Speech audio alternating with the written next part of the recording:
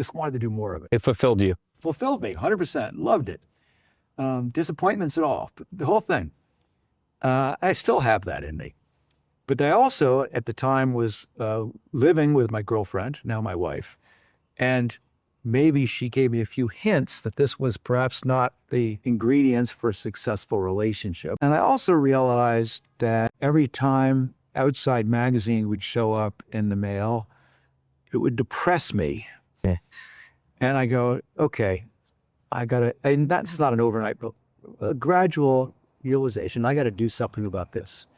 That if I'm really going to maintain a relationship with my girlfriend, if I'm really gonna, be able to stay connected with my friend, I didn't have family, that family. I said, I'm gonna design a life here that works, even though this entrepreneurship thing is an all-consuming mistress.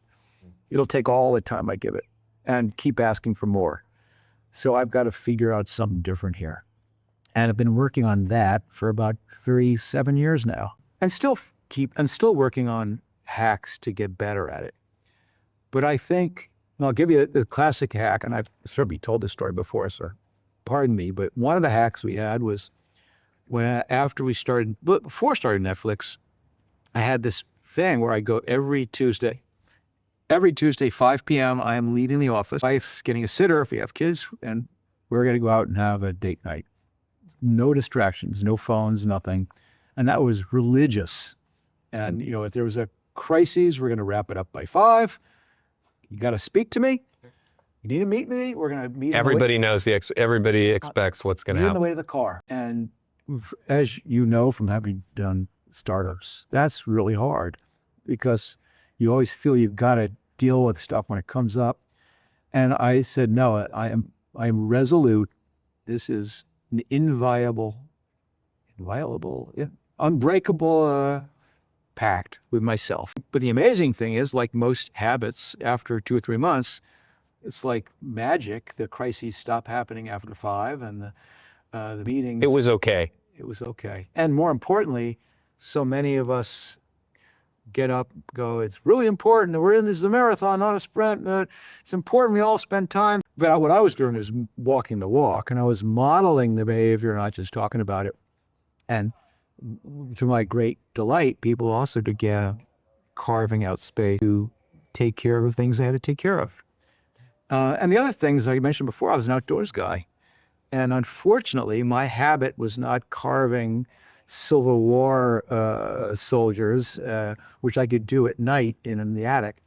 I was wanting to go mountain biking and backcountry skiing and climbing, and you can't squeeze that in between the 11 o'clock phone call and the 1 o'clock meeting.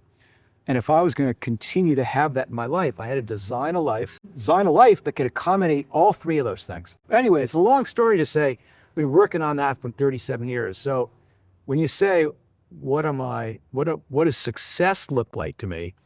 So certainly, I've done 7 startups, and I've had 4 IPOs. I did 2 of them multi-billion-dollar market caps. But the success for me is not doing that, because you've spoken to hundreds of entrepreneurs, hundreds of successful business people who had similar levels of success. But success for me is I was able to do that while staying married to the same woman the whole time, by having my kids grow up knowing me. Liking you. And liking me. Having them every day see someone who was displaying balance in their life, who was present for them. And I'm proud of the fact that I was able to do all those things and still get out and surf all the time and mountain bike and climb. And so success for me is the fact that I was able to demonstrate it's possible to do all those things together.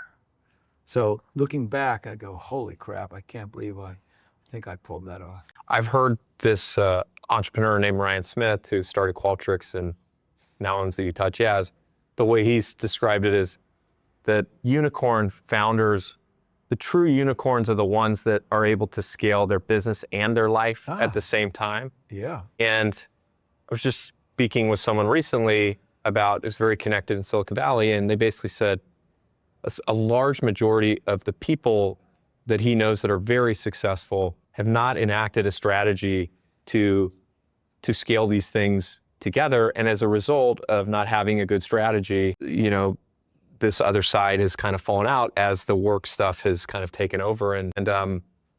So to hear you talk about this sort of being very intentional about it, and you've written extensively about it, it's really inspiring. I've been married 20 years almost, and it feels like God bless my wife, and any entrepreneur's wife who deals with the things. That's who we should be interviewing probably is our wives, of how they Might have a different view of things. This is not good. I just see so many people get to the end of these journeys and they usually fail. 98% of venture-backed companies fail. So like you get to the end and it fails and you've put 100% of your energy in this one part of your life and then it's gone. And it gives you nothing back. And then all this other stuff that you could have done that's actually free, you haven't spent any time on. And you are kind of left in this really difficult place. That's a really great, I like that expression about, you need to be successful in be building both parts of your life. But I'd also smile a little bit at the idea you spend all this time and the company goes away and you're left with nothing. And being left with nothing depends entirely about what you're taking from it along the way. And if your sole definition of why am I doing this and what am I getting out of it, what am I putting into it is what happens at the end, you're right. 98% of the time, you're left with nothing. If every day you go, I'm not sure what's going to happen, but this is so cool, no one can take that away from you. And that's what we were talking about at the beginning. That's what I've tried. That's why I do it. I do not do it for the outcome. I do it it's so trite, but not the journey. The destination's the journey. And that's trite and overused because it's kind of true. We're taught to just go outwork everybody. And I am very guilty of this. And you have said something that is kind of the contrarian view, which is that hard work in some ways is a myth. I understand. I'd love to hear about how you balance, putting your whole energy into something versus. All right, I got to tell two different stories about this. The first is that balance, and again, I'm really proud of having balance in my life, depends upon how you measure balance. I do not say every day I need to spend time with my family and get out and go for a long bike ride and make huge progress. I don't measure it on a daily. I measure it basically on maybe every week, maybe 2 weeks. I go over a 2-week period, how did I do? That's a huge luxury.